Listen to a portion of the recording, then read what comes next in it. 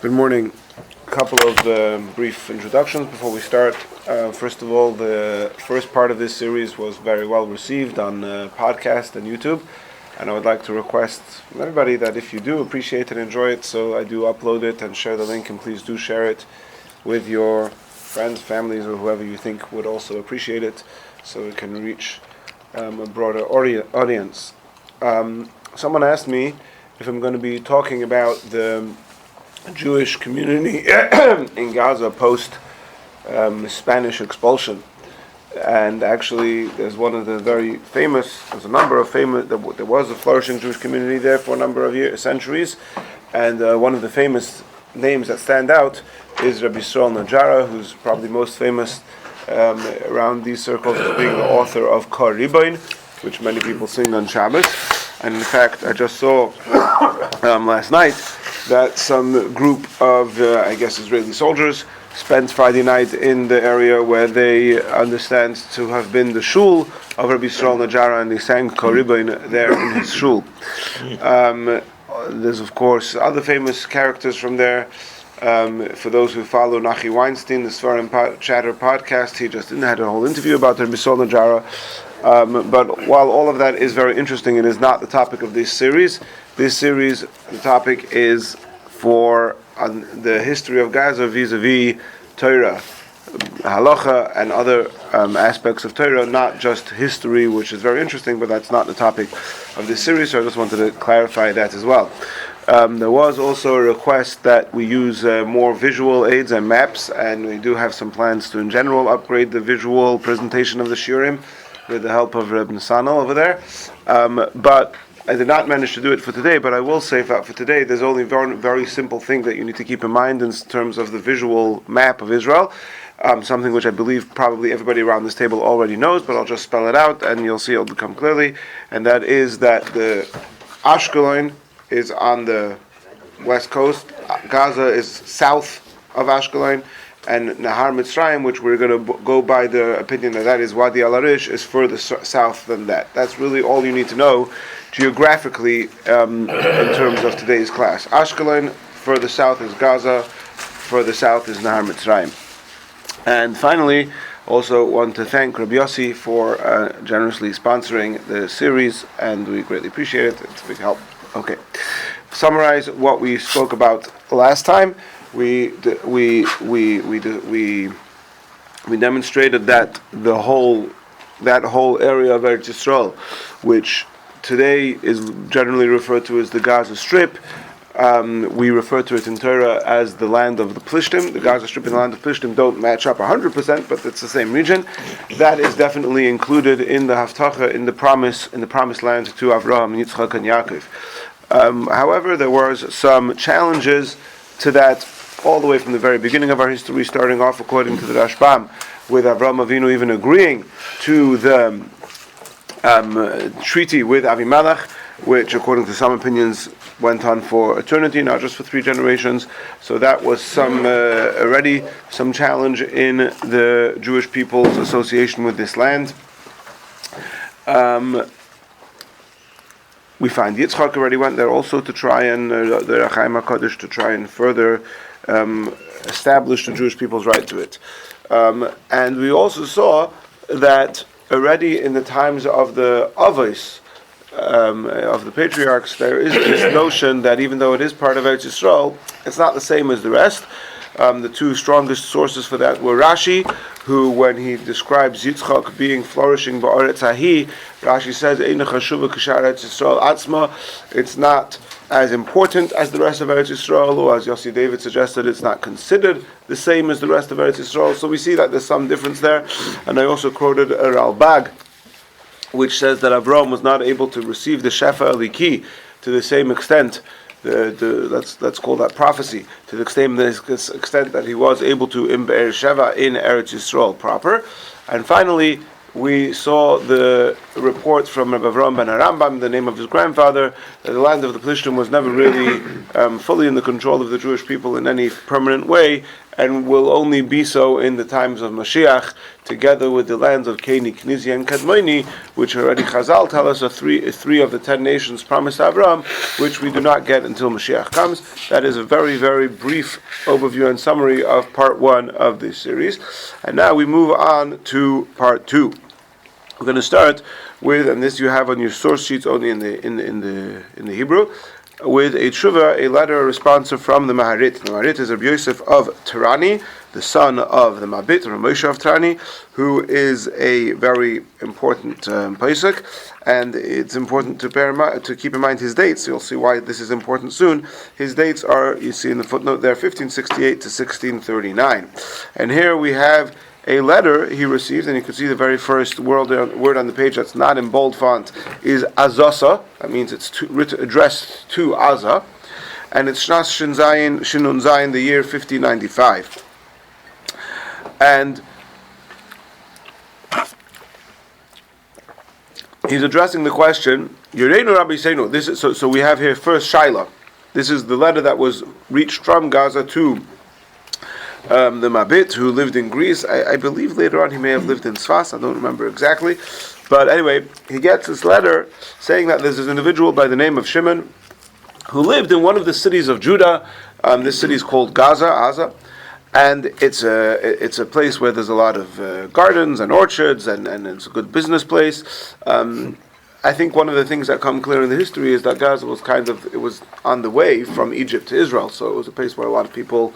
There was obviously a big community and a big Jewish community in Egypt, in Cairo, and that was where they went through to Israel. So that's part of the history of the community there as well. Anyway, Shimon was in business dealings with. He was a businessman in Gaza, and his warehouse burnt down, and basically he was in huge financial trouble, and he did what every upstanding individual would do. He escaped. Okay, and he escaped to wait till the dust settles and see what's going to happen. And in the meantime, he went to Egypt. While he was in Egypt, he got married. He went to Egypt with 2 of his sons, and they're in Egypt. All 3 of them, the father and the 2 sons, get married in Egypt. Eventually, Shimon, the father, passes away. And the children decide to return to Gaza. Business opportunities and Parnassa in Egypt were really tough. They wanted to go back home to their familiar area. They wanted to live there. They were going to be able to be successful financially there, etc., etc. You could read here the story. It's in great detail. And basically, the problem was that one of the sons, his wife, refused to move back with him to Gaza. She says, "I'm staying put in Egypt." And the question that is being addressed to the Maharit is, does her husband have the halachic right to force his wife to come with her to Egypt? Force means basically that if you don't do this, then I have the right to divorce you, and I do not have any responsibility to pay the ksuba or any other responsibilities that a husband usually would have if he were to divorce his wife. You, the wife, are violating the contract of marriage by not agreeing to return with me to Gaza, and therefore you're in violation of this contract, and I could let you go. That's based on the assumption that Gaza is Israel, right? One second. So that is the question that is addressed to the Maharit. So the Maharit has a very lengthy answer, and he starts off the first line of his answer. Very good, Ari. Right here on the page, the person who wrote this question to me worded it very smartly. V'sosam v'kosav, and he simply writes that he's dar be'ir achas me'or Yehuda, that he's living in one of the cities of Judah, in the territory of Judah. Sheyara, he is demonstrating, Shemachzikim bo Eretz Yisrael, that is considered like part of Israel. Why is he wording the question in this way? Because he wants me, the Maharit, to get the cue and say, oh yeah, the halacha is Hakel Malan Eretz Yisrael, that if there's a couple and one of them wants to make Aliyah, wants to move to Eretz Yisrael, so then that one can force the spouse to join them. The value of living in Eretz Yisrael is so important that the spouse who wants to move to Eretz Yisrael is automatically, so to speak, in the right, has the power to do so. So you are presenting this to me as if Gaza is a part of Eretz Yisrael, and therefore you're going to get a carte blanche to just say, yeah, for sure, you could force your wife to move there. But, says the Marit, let's examine if what you're insinuating, is that the word, is actually correct. Okay? So, in order to do this, we're not going to just straight away read the answer of the Marit, we're going to go back into the Psukim and see what this is all about. So, we turn to, you have this on your source sheet, Parshas Masei, the end of chapter 33 of Bamidbar, where Hashem is talking to Moshe. This is the end of the 40 years. They're on the east bank of the Jordan River, and in a place called Arvis Moav, and they're getting prepared to go into the land. And Hashem tells them, you must wipe out all the inhabitants of this land and inherit the land, etc., etc.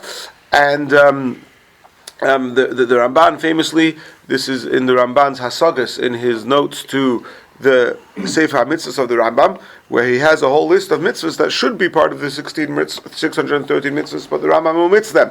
And in Shikchas Ho'esin Mitzvah Daled, in the fourth positive mitzvah, which in the opinion of the Ramban was omitted by the Rambam, he says that the Rambam omits this mitzvah. There is a mitzvah that you must conquer and occupy the land of Israel, and the Rambam omits that mitzvah. So this is the mitzvah to occupy the land of Israel. And then, moving on to chapter 34, we have the first 12 psukim of chapter 34 on page 2 of your source sheets, where the Torah enumerates the exact borders of Eretz Yisrael in great detail, basically naming a number of cities across the southern border, the northern border, and the eastern border. The western border is very simple, it's the Mediterranean, so there's not many details, many cities to enumerate over there, but you could see in these psukim, which you have over there in Hebrew and in English, there's many cities. You go north here, go south there, curve here, go straight there, and of course, as you could imagine, there are many Mefarshim, many commentaries and Sfarim contemporarily even written on these psukim to figure out exactly where all of these cities are. And exactly what these borders are. One thing seems to be 100% clear, is that whichever way you cut it, these borders are not the same borders that were described, which we looked at last week in the Promised Land. So, for example, one of the ways that you could see this most obviously is that while in Parshas Lech Lecha, in the Promised Land, Avraham is promised land all the way until Nahar Peras, the Euphrates River, which is basically northeast, but quite far from contemporary Israel, let's just call it. Here, in the borders described, we're going nowhere near the Euphrates. If you look at verse 10, 11,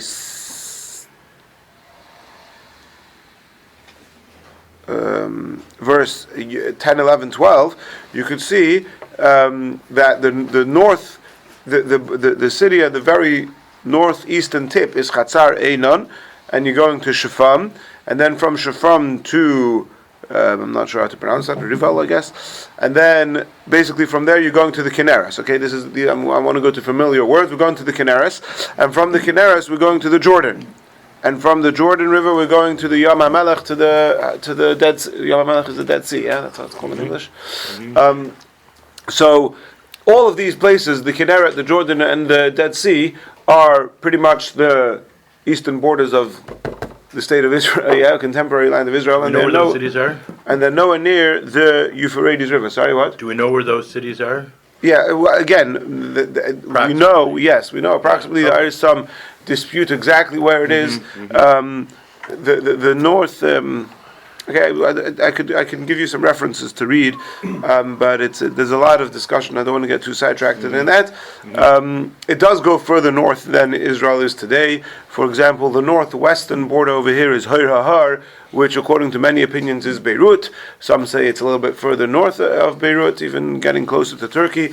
But it's certainly much further than the Golan Heights or whatever, the Akko, whatever the sort of the north is today. Naharia. Sorry? Naharia. Okay, it's certainly. Anyway, but the point that I want to mention for our discussion over here is that it's clear that these psukim are delineating a much narrower territory than was promised to Avraham. Now, part of that is because you have the three nations of Keni, Kenizi, and Kadmoni. We saw last week that some opinions say Kenizik and Moni is northeast, and some say it's southeast. So depending on exactly how you understand that, whether the omission of those three nations is what justifies and explains all the differences or not, I don't know. It would probably depend on the different opinions. But it's clear, be that as it may, whatever the reason may be, it's clear that these psukim are not saying the same thing that they were saying in the Promised Land. Now, why do we need to know, what's the relevance of these psukim? So says Rashi, and you have this on your source sheet, in the English as well, says Rashi, there are many mitzvahs that apply only in the land of Israel, but do not apply outside of Israel. For example, most what comes to mind first is, this is on your source sheet on page 3, on page 2, the bottom of page 2, page 2, line 30, line 28, Got it. 32 in English, yeah. There are many mitzvahs that apply in Chutz La'aretz that don't apply in Eretz Yisrael, don't apply in Chutz La'aretz. For example, all the tithes, Trumas, Maestros, the resting the land in the 7th year.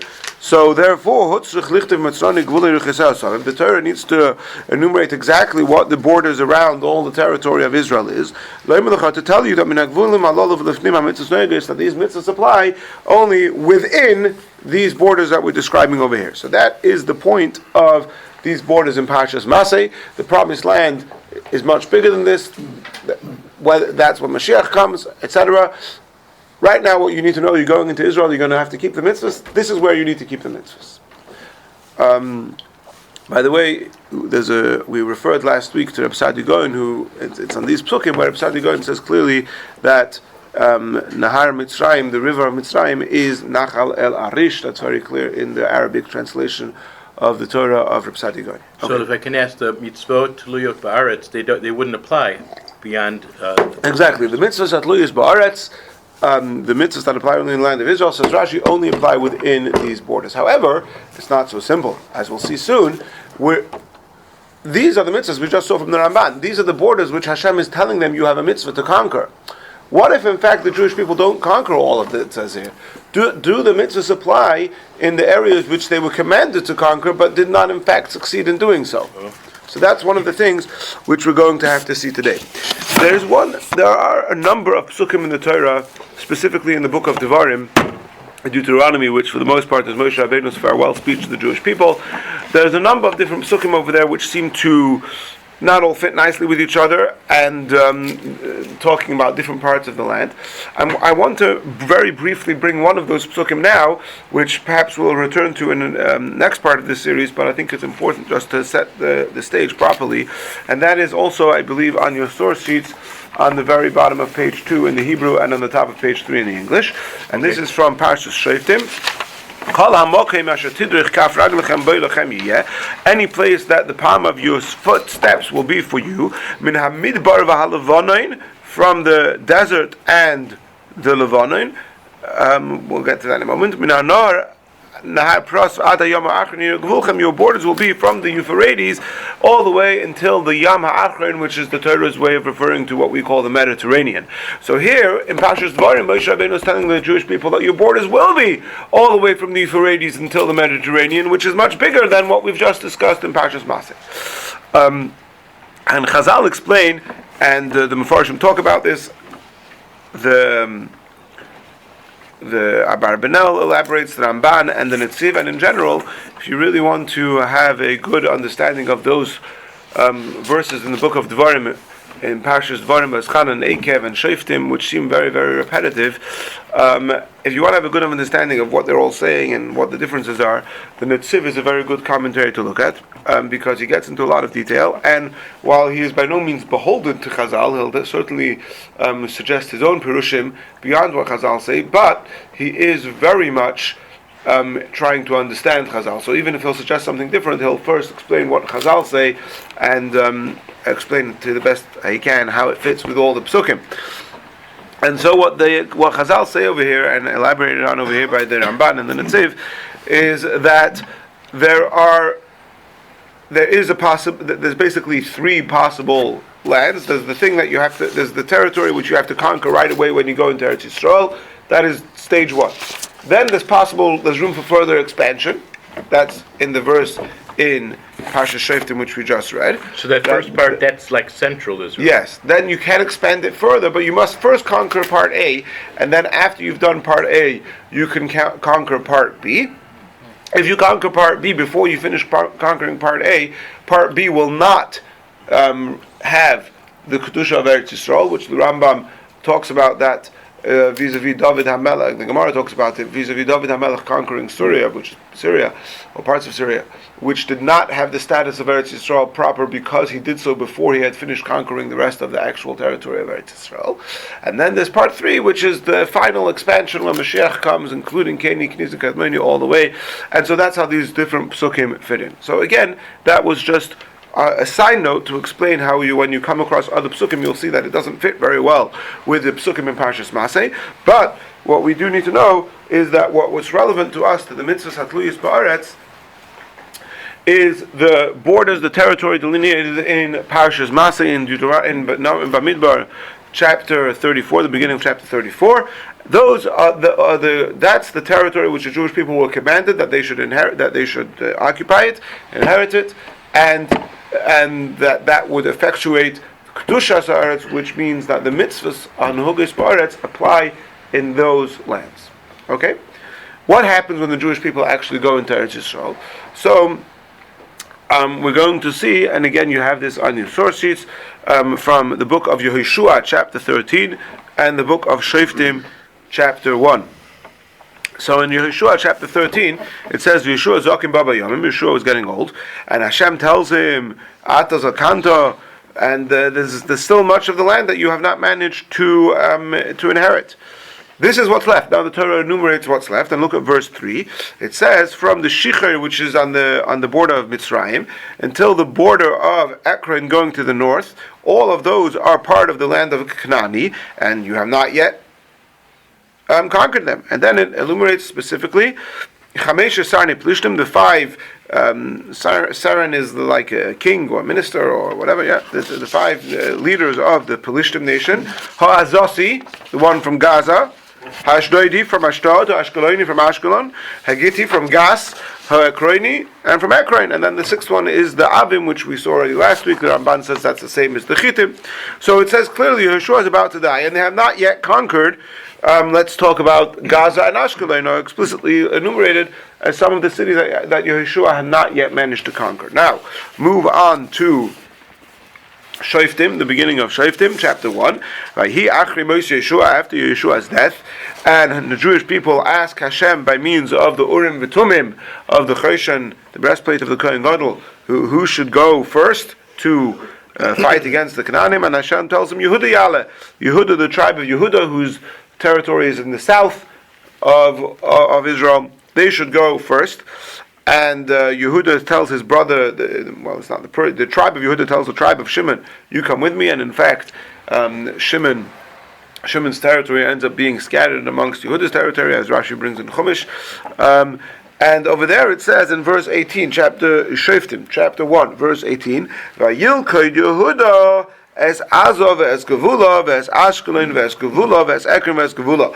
Azah and its territory, Ashkelon and its territory, Ekron and its territory. So it's very clear in the Psukim here that those cities, Gaza and Ashkelon and Ekron, which Yehoshua did not manage to conquer, was subsequently conquered by the tribe of Yehuda after Yehoshua's passing, and that was incorporated in the land and the territory of Yehuda. And so, again, we see in Parshas Masei that Wadi El Arish is the southern border. Certainly, that means that Ashkelon and Gaza are part of the land which the Jewish people are instructed to conquer. And we see in the book of Shoftim that it took some time. Yeshua is no longer alive, but the Jewish people did, in fact, the tribe of Yehuda specifically, did in fact succeed in conquering Ashkelon and Gaza. So it's considered a Milchemet Mitzvah? Absolutely. And this brings us to the big question. The very first Mishnah in Masechtas Gittin. So, we're not really here to study the laws of divorce, but this is where it comes up. The very first Mishnah in Gittin, you have that on your page 3, line 20, 23, whatever it is, yeah? Yeah. 25. It says like this. In the English, it's on 25. Basically, it goes like this. If a couple get divorced, the husband has to give the wife a get. What if they are in two different places? So there is a system where the husband can appoint an agent of his, a shliach, to deliver the get to his wife.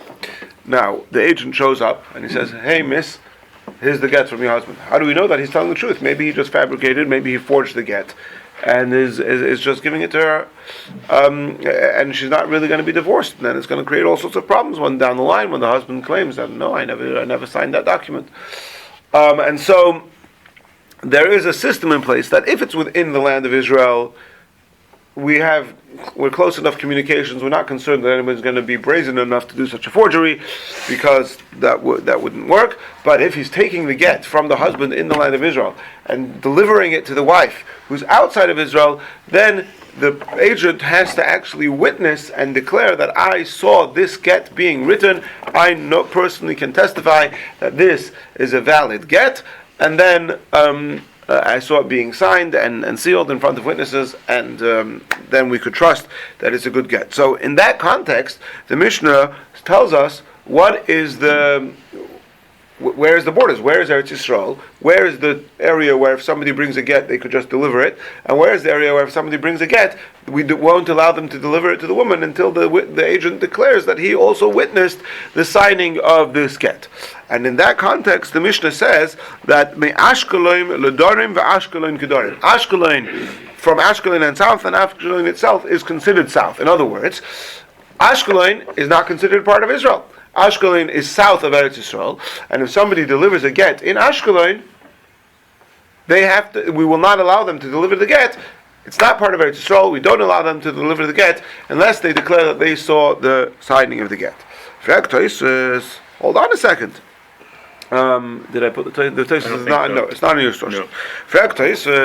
Hold on a second. How could you say that Ashkelon is not part of Eretz Yisrael? It's very clear in the Psukim, in Shoftim that we just saw, that Yehuda did conquer Gaza. These Ashkelon, so they are in the same spots as where they existed. Well, that's our assumption for now. Okay.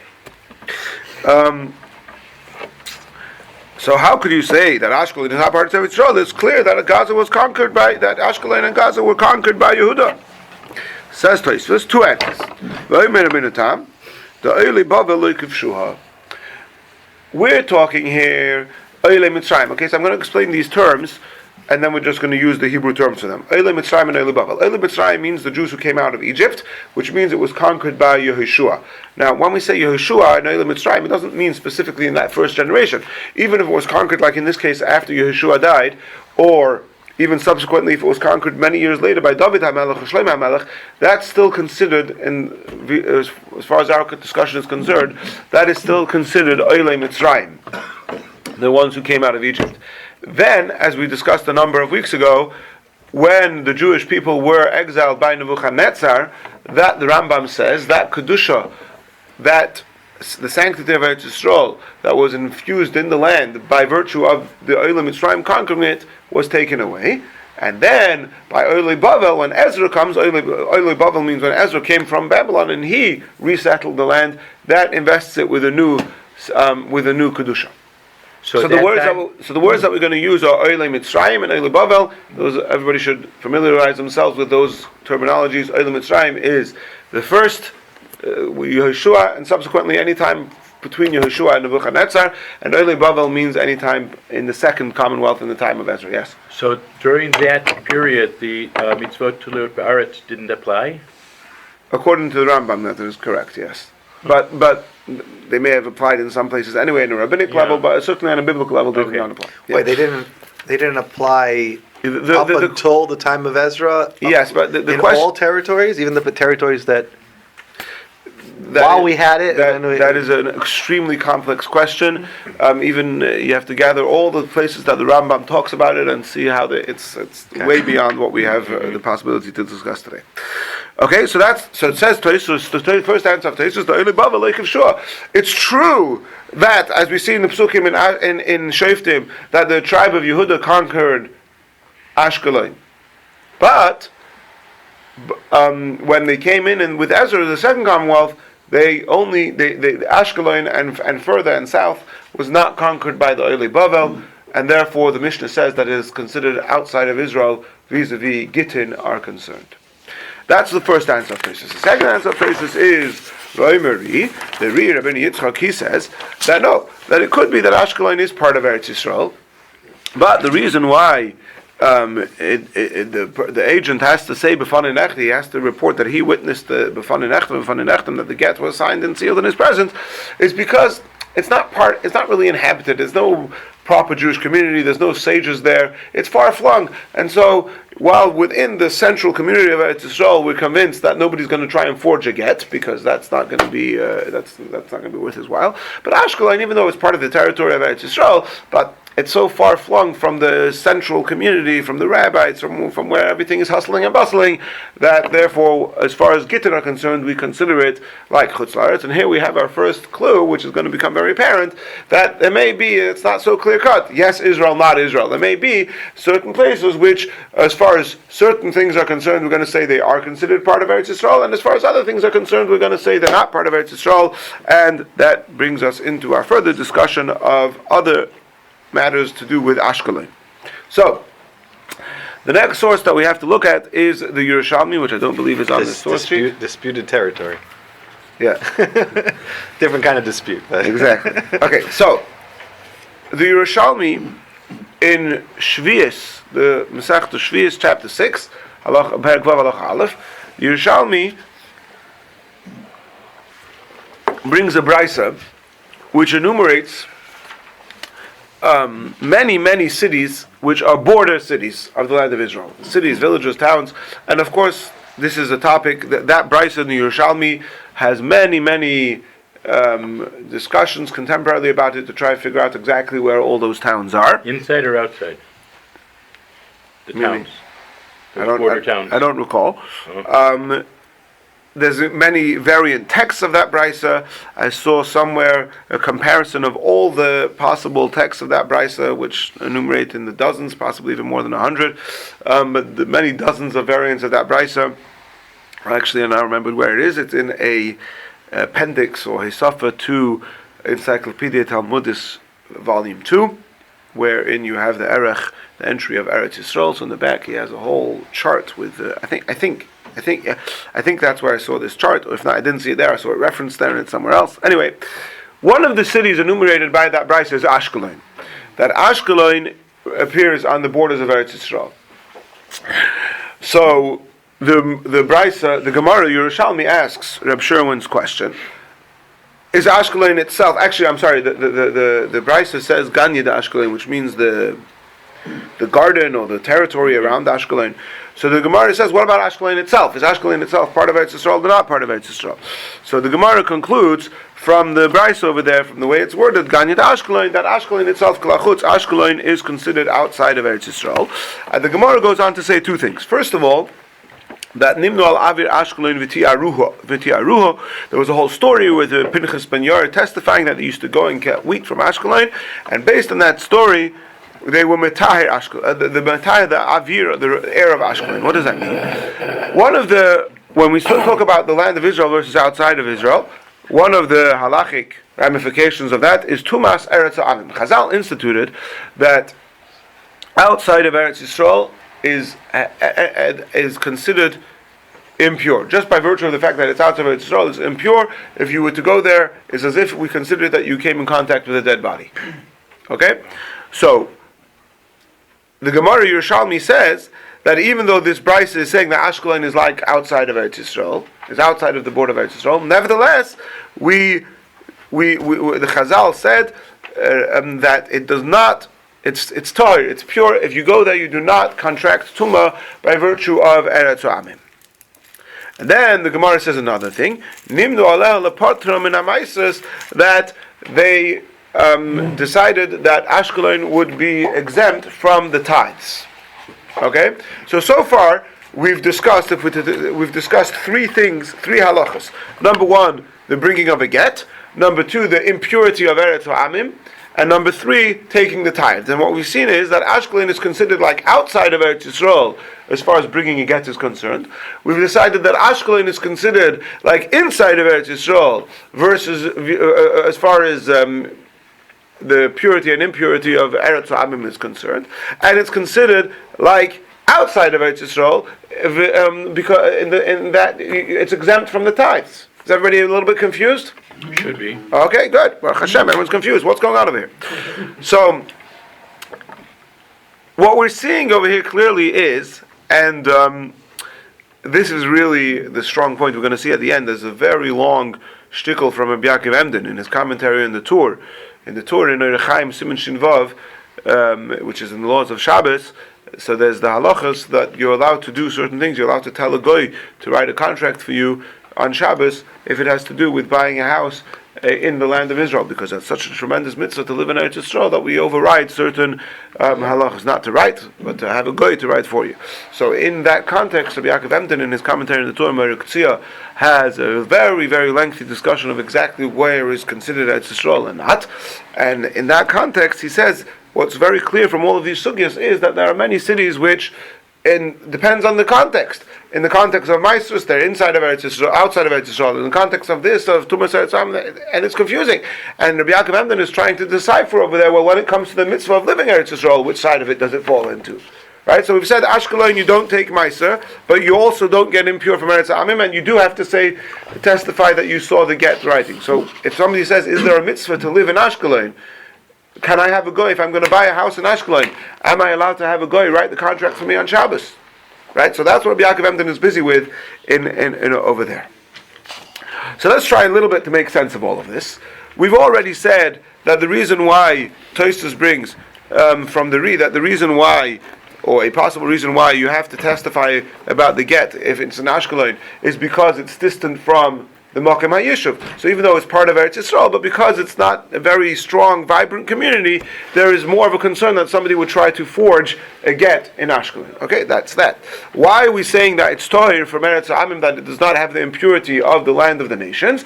So in that, the Rambam explains in Hilchos Tumas Meis, Perek Yud Aleph Halacha Yud Beis, it's not on the source sheet, and there it says that because it's Muvla Eretz Yisrael, because it's within, it's sort of swallowed up, or surrounded by territory that is Eretz Yisrael, because the territory of the land that was conquered doesn't necessarily go in such a clean route. It could be they managed to we find there's a number of references to this in the Gemara, that there's a Ratzua Yotzas, in other words, that there's a strip of land that protrudes in one location that they were able to conquer, and the lands around it they were not. So, because Ashkelon, even though Ashkelon is not Israel, but it's surrounded by parts that are Israel, therefore the Chazal said we're not going to have Tumas Eretz Amim over there, we're not going to... It's got a C on one side, so so we're not going to have the impurity that usually if somebody goes to the outside of the land of Israel, they become impure, like they've come in contact with a corpse. We're not going to apply that to Ashkelon because it's too close. Okay. Why is we saying it's Potter from Maestros? So that's not so clear. It's not so clear. I did see some suggestions, but I didn't see anything in early sources about why they were put it for Maestros, so I'm going to leave that as a blank for right now.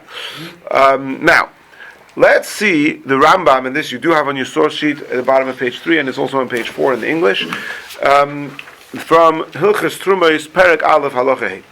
Says the Rambam,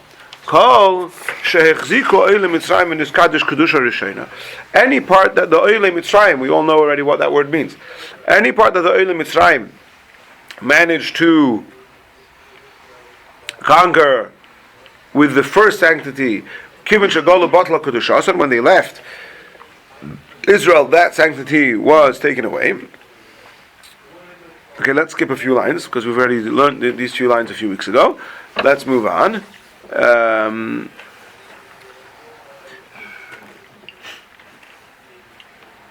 me see what I put on the source sheet here a second.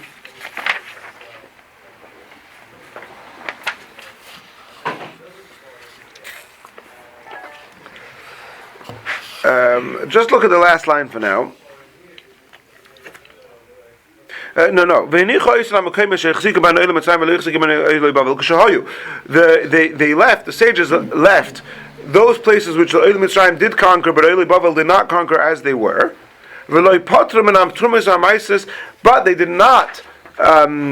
Not but and so this answers your question before, which is complex. Touches on it. That even though technically there's no kedusha there, nevertheless Chazal said no. You still have to take trumas and maasros over there, so that the poor people should be able to rely on them in the Shemitah year. Now there's 3 or 4 different opinions exactly what that means, but somehow having these places which are not part of Eretz Yisrael yet they do give the tithes helps the poor people in the year of Shemitah. Again, there's different ways of understanding how that works. The point is that this is an economical decision. Then the Rambam concludes that Rabbeinu HaKadosh said, but Ashkelon is an exception. Ashkelon is exempt from Meiser. So it seems clear from here that the Rambam seems to be going with the opinion of Tosfos of Rabbeinu Tam that we mentioned before, that Ashkelon is a city that was conquered by Oil Mitzrayim, but was not conquered by Oil Bavel. Right? That's why I wanted to bring this Rambam. That's what seems clear from this Rambam, that Ashkelon falls into that zone which was conquered by Oil Mitzrayim, was not conquered by Oil Bavel. Now, for the sake of full disclosure, I'll tell you that it's not all the commentators learn like this Pshat in Rambam, and the reason they don't is because there are numerous different Rambams, both in this chapter of Hilchos Trumas Perek Aleph and in other places scattered throughout the Rambam, where the Rambam makes all sorts of comments about Ashkelon, and there's all different ways to understand them. But the approach that we're going to go with here today is this approach that I'm saying now, which fits with Tosfos, and both the Radvaz and the Kesef Mishnah, which are commentaries on the page of the Rambam, they both say that Ashkelon is, that the Rambam holds, like Tosfos, that Ashkelon was included in Oil Mitzrayim, but was not conquered by Oil Bavel. So that's the approach we're going to take today. Did you see anything on why Ashkelon wasn't included in the Rabbanan obligation of all these? Of Trumas and Maasros? I did see a few things, but I didn't see anything that really grabbed my attention, and I didn't see anything from the Rishonim, only from Achronim, so I didn't bother quoting it. Meaning not something that's very authoritative or something that really spoke to me very much, so I just prefer to leave that as a question for me. I there was a good reason why they did it, right? Because they thought it was important for the poor to receive these. So I mean, one of the suggestions I saw was something along the lines was that there weren't so many people living there, which kind of matches the taste. So fine. Anyway. Yeah. Okay, so this is the approach that we're going to move forward with, is that Ashkelon and south, including of course Gaza, are parts of territory which were conquered by Oil Mitzrayim and were not conquered by Oil Bavel. Now, there is another 2 important sections of the Yerushalmi which are important to touch on. So, should we pause it? Does anybody have any questions? Is everything clear? Should we move on?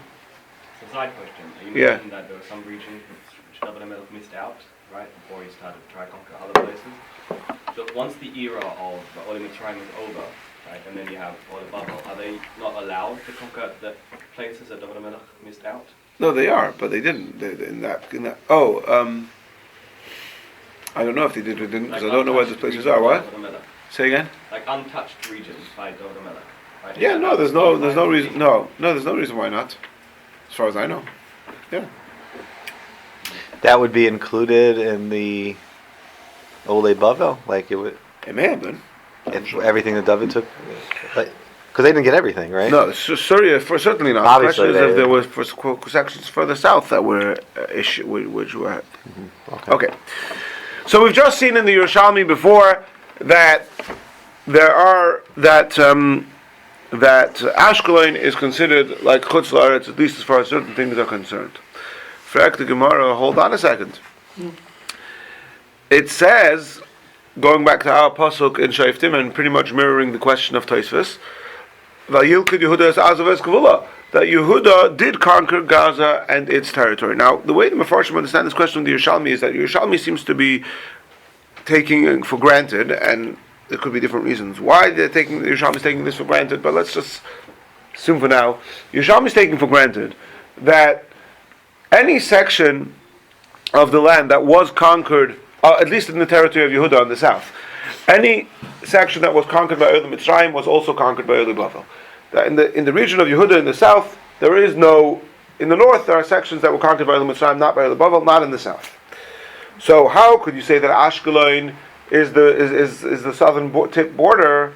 It says clearly that Yehuda conquered Gaza, and Gaza is south of Ashkelon. And for the Gemara, they say Gaza. There's two Gazas. There's one Gaza, which is the Gaza that we know, Bill. There's the Gaza that we know today, that we're talking of, which is south of Ashkelon. That was not conquered by Yehuda. The pasuk says, because Ashkelon is the southern border. The pasuk says Yehuda conquered Gaza. Oh, there's another Gaza somewhere further north, and that one was conquered by Yehuda. Okay. Well, I don't understand why do you have to get onto this? Go on. Why does the Gemara have to get onto this? The Gemara is assuming they don't believe that there's two different tiers. The Gemara, no. The way the Mefarshim explain this Gemara is that the Gemara is assuming that in the south, in the region of Yehuda, whatever was conquered by Olam Mitzrayim was also reconquered by Olam Bavel. The Yerushalmi is assuming that. Yes, the Yerushalmi is assuming this. Why the Yerushalmi is assuming this? There seems to be some proof for that. Again, because of constraints of time, I'm not going to be able to go into that. But that seems to be. But that's in contradistinction from what the Rambam writes, right? Hold on. Let's see what the Yerushalmi is saying. Yeah. Okay.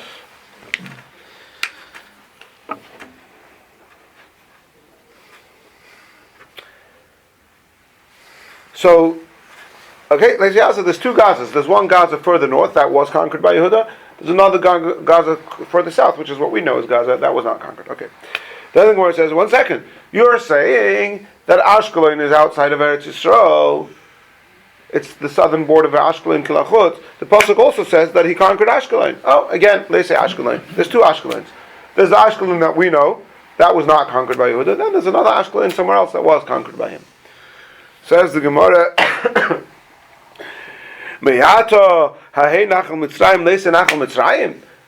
it says clearly that he conquered until Nachal Mitzrayim, until we're saying Wadi al-Arish.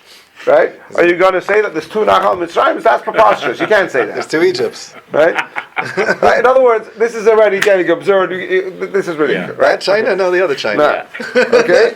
So, and that's it. The Gemara doesn't answer the question. So, what's clear, 1 second.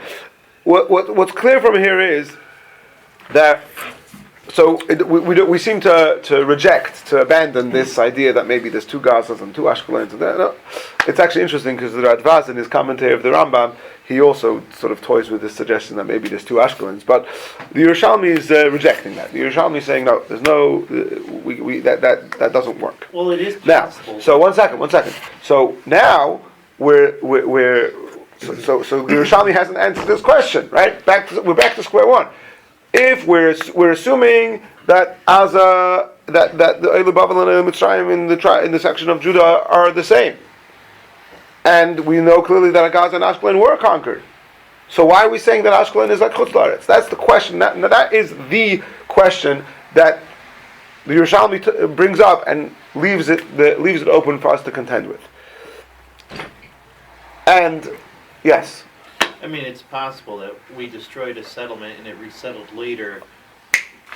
Bang on. Hit the nail on the head.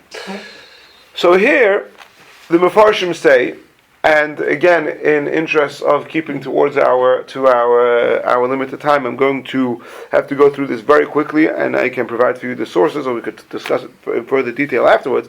But if you go through the Psukim in the history throughout the books of the prophets, and even some references in Tehillim, I think, it seems very, very clear that whole territory, the land of Plishtim, kept on going up and back. The Jewish people conquered it, the Plishtim conquered it back. It was a region that was constantly fraught with friction and up and back territories. You don't have to tell us. Nothing's changed, right? Nothing's changed. First of all, I mentioned before, you have Rabbi Yaakov Emden's commentary in the Torah in Siman Shin Vav, where he brings a number of references to this concept where you see how it went up and back. He says even not just by Olam Mitzrayim, even by Olam Bavel it went up and back. And he quotes from Josephus that you see in Josephus's description of that era that it was the Jewish people did not ever succeed in having any type of permanent governance over that region of land. and even at times when they did, sometimes the governance was only in terms of that they were able to collect some taxes from there, but not that they actually lived there or had proper control of what was going on over there. And the other place I saw more contemporarily, who really goes through this in great detail, is Reb Chaim Kanievsky in his Bir Halacha, in his book Derech Emunah, in his commentary to the Rambam Sefer Zeraim Hilchos Trumas Perek Aleph Halacha Tes. And so there we have. So that seems to be the approach that Achronim take on. That the reason why Ashkelon and further south is considered Chutz La'aretz in the Yerushalmi is, in fact, it was conquered to some extent by the tribe of Yehuda. It was possibly even conquered to some extent later on in the era of Ezra, but it never, not in the time of Elam Mitzrayim, nor in the time of Ali Bavel, was there ever permanent long-term Jewish settlements over there under Jewish governance. It was always a territory fraught with friction, and that's what comes out from this Yerushalmi. Now, before we tie things back to the question which we started off with, from the person, this Shimon, the Marit, who wanted to force the Shimon's son, who wanted to force his wife, to move back to Gaza. There's one more line of the Yerushalmi which I have to read to you, and that is like this. The Gemara asks, Gadriku, the Mefarshim all say is Gerar. Last week we spoke about Gerar, which was the capital of the Plishtim in the time of the Aves. So the Yerushalmi says, why is it that whole region of Gerar, Chazal did not institute Tumas Eretz Ha'amim, the impurity of the land outside of Eretz Yisrael? Ashkelon, that's further north, and that the Rambam explained. Ashkelon doesn't have Tumah, even though it's outside of Eretz Yisrael, because it's surrounded by parts which are Eretz Yisrael. But what about the further south, Gerar, and possibly including Gaza, yeah. Why is there no Tumah there? So the Gemara says, Mipnei Shanov Yorah, which seems to mean something along the lines of it's not really a good climate over there, and so anyway people are not going to live over there. So the whole reason why we have this Tumah impurity in the land of the nations is because we want to make sure people stay in Eretz Yisrael. This is not a good place to live anyway. It's bad climate, it's desert, it's not inhabitable, it's not, and so there was no need to institute Tumah over there. Then the Gemara continues, Ad Heichan. There's terrorists there. Ad Heichan, till where? How far? How far is the no Tumah? So how far is the no Tumah?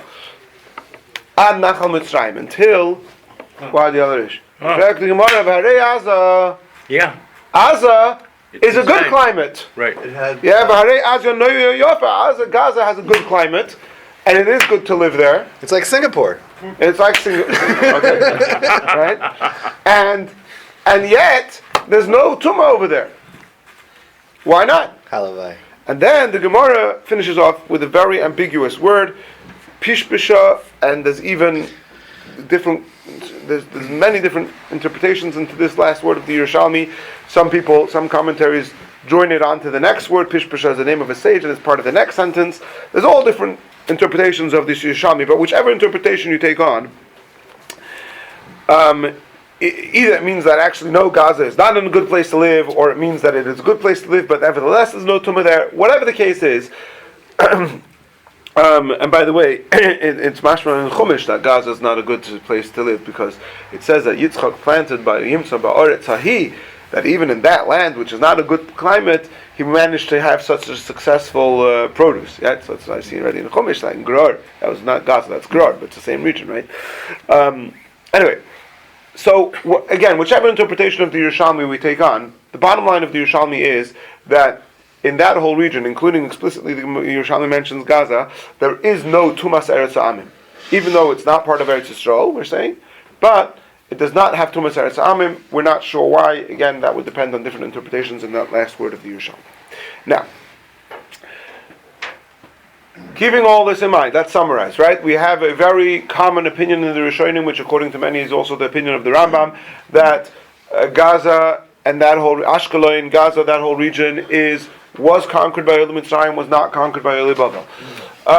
We have the Achronim pointing out, based on the Yerushalmi, that the fact that that whole region never had longevity or permanence under Jewish rulership is halachically significant in the fact that we're not really treating it full-fledged like Eretz Yisrael. And we certainly know that there's no Tumas Eretz Amim over there. And now we come back to the Maharit, the Radvaz, and the Yaakov Emden. We only have a few minutes left. Unfortunately, I'll probably go a couple of minutes over time, if you bear with me, and let's try and wrap this up.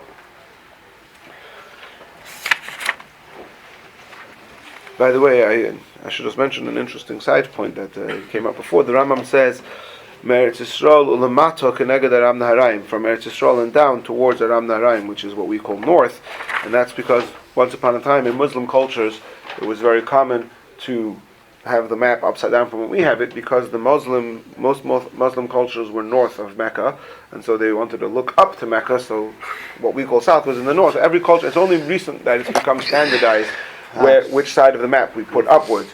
In Christian cultures they used to put the east on the top, and so we take it for granted that north is on the top, but that's a completely arbitrary decision which only became universally accepted in the last number of centuries. Anyway, I did not know that. But anyway, so it's just interesting to know when you see in the Rambam when he says down and he means north, that's why. But anyway, so anyway, the Maharit, based on everything we've discussed until now, and he quotes the Yerushalmi and he quotes numerous sources to back up basically the approach we've been taking until now, he says that Gaza is not considered part of Eretz Yisrael, and therefore this man has no right to force his wife to come there. And he goes on to say other reasons why he has no right to force her to come there, but let's stay and focus on this discussion.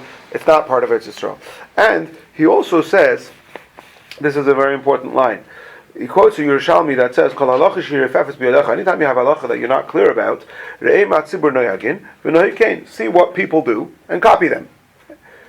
And he says, "V'anan chamit tzibur mafresh." The Yerushalmi is saying over there that we see about whatever context the Yerushalmi is talking about. We see that people don't take the tithes in that area. Says the Maharit, "V'hakabola v'hamaisa amud godol b'hira." Tradition and precedent are both very important factors when it comes to making a halachic decision. And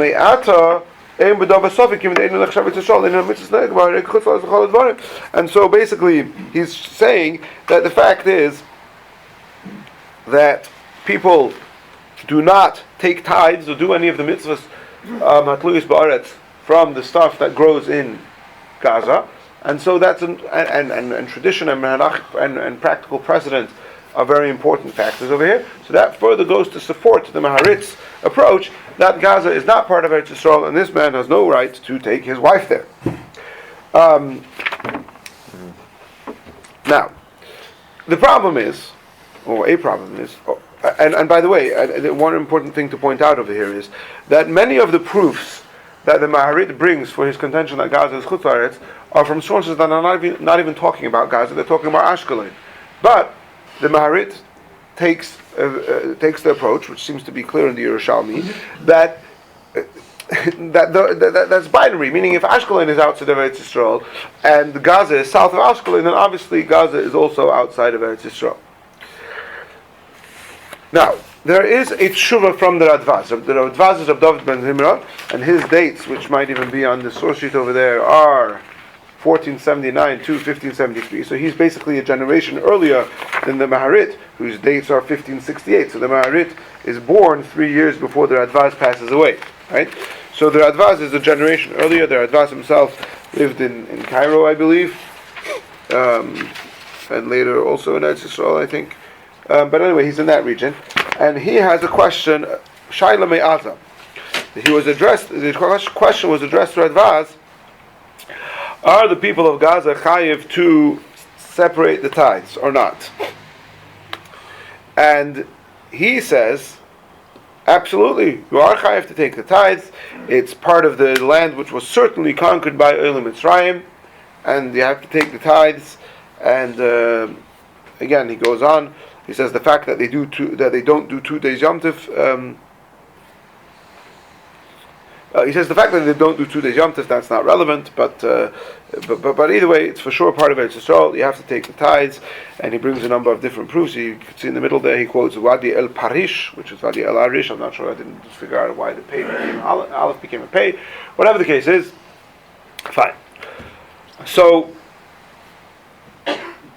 there are a number of problems over here. One problem is that the Radvaz and the Maharit are literally one generation after the other, and the Radvaz here is saying, yeah, obviously you have to take Meiser, and the Maharit is a generation later saying nobody takes Meiser from Gaza. So, is this, besides, obviously they could have differences of opinion, but it seems to be quite a big clash.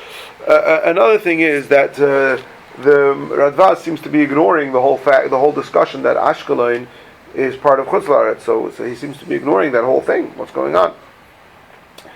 So here we come back to the Moed K'tzia Rabbi Yaakov Emden, who, as we said before, greatly elaborates on this whole topic, and he is very disturbed by this contradiction between the Maharit and the Radvaz, and he tries to, on some level, synthesize the two of them to bring them There's together. this last line here. Yeah. Shuv Matzati, the Baal Sefer. The Baal Kaftu V'Ferach Famid Shel Rav Zal It's the Rambam Shekotzu Shegaza B'Chlal Eretz Yisrael. Yeah. So the Kaftu V'Ferach didn't have time to get into the Kaftu V'Ferach. Kaftu V'Ferach is a Rebbe Shtori Aparchi.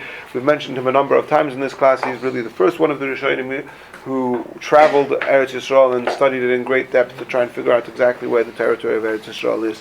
So he says that he has support from Rebbe Shtori Aparchi.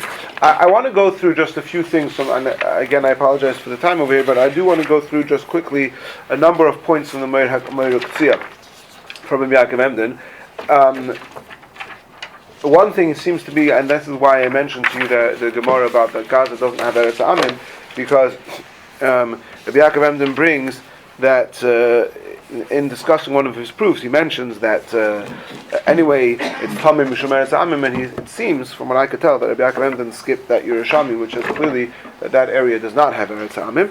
So that would be a surprising oversight from Rabbi Yaakov Emden, but that seems to be the case.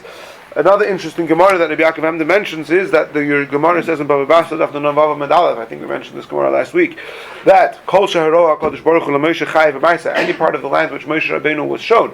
We know that before Moshe Rabbeinu died, Hashem showed him the whole land. So the Gemara says everything that he saw is Chayav V'Maisa, and the Torah describes what he saw. The Gemara says that he saw everything until Hayam HaAchron. The Yam HaAchron is the Mediterranean. Rabbi Yaakov Emden calls it the Yam HaEmtzoi, the Middle Ocean, or I guess Mediterranean. Yeah. Right. So if he saw, if Moshe Rabbeinu saw the land of the Plishtim, so then the Gemara says that it's Chayav B'Maisa. So how could the Maharitz just say there's no? Yeah. Mediterranean is actually the middle of the land, not middle of the ocean. Mediterranean. Yeah, no, not middle of the ocean. Yeah, okay, that's true. Yeah, terrain is land. Yeah, okay, very good. So.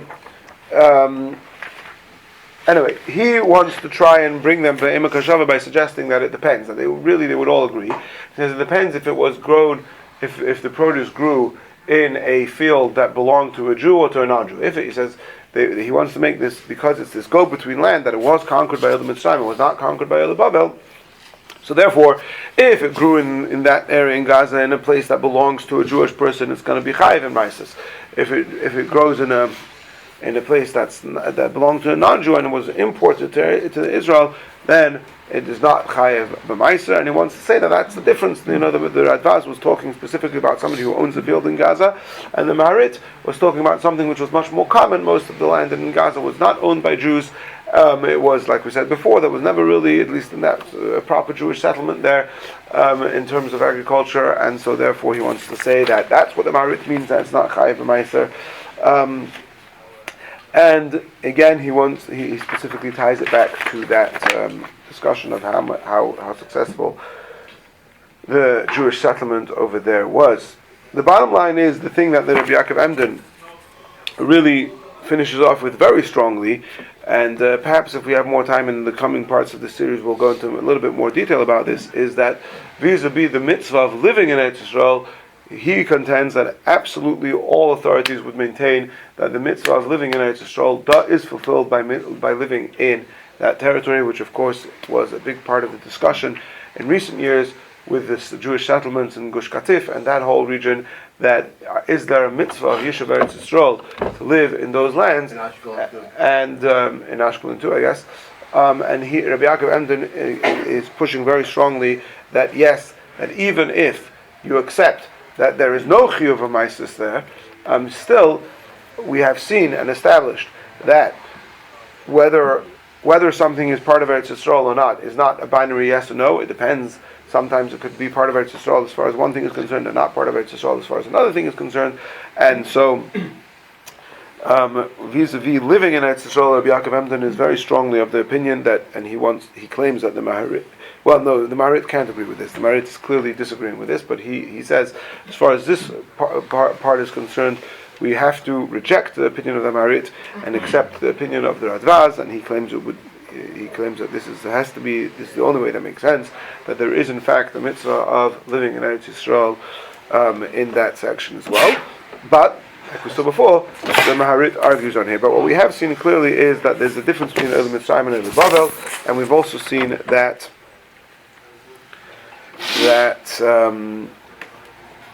this whole region of Ashkelon, Gaza, etc., has always been fraught with contention, which seems to be part of what's leading towards all these complications and disagreement in halacha, where they don't fit neatly into that region doesn't fit neatly into any halachic gather, into any halachic construct, because of the complexity of the yishuv in that part of the land.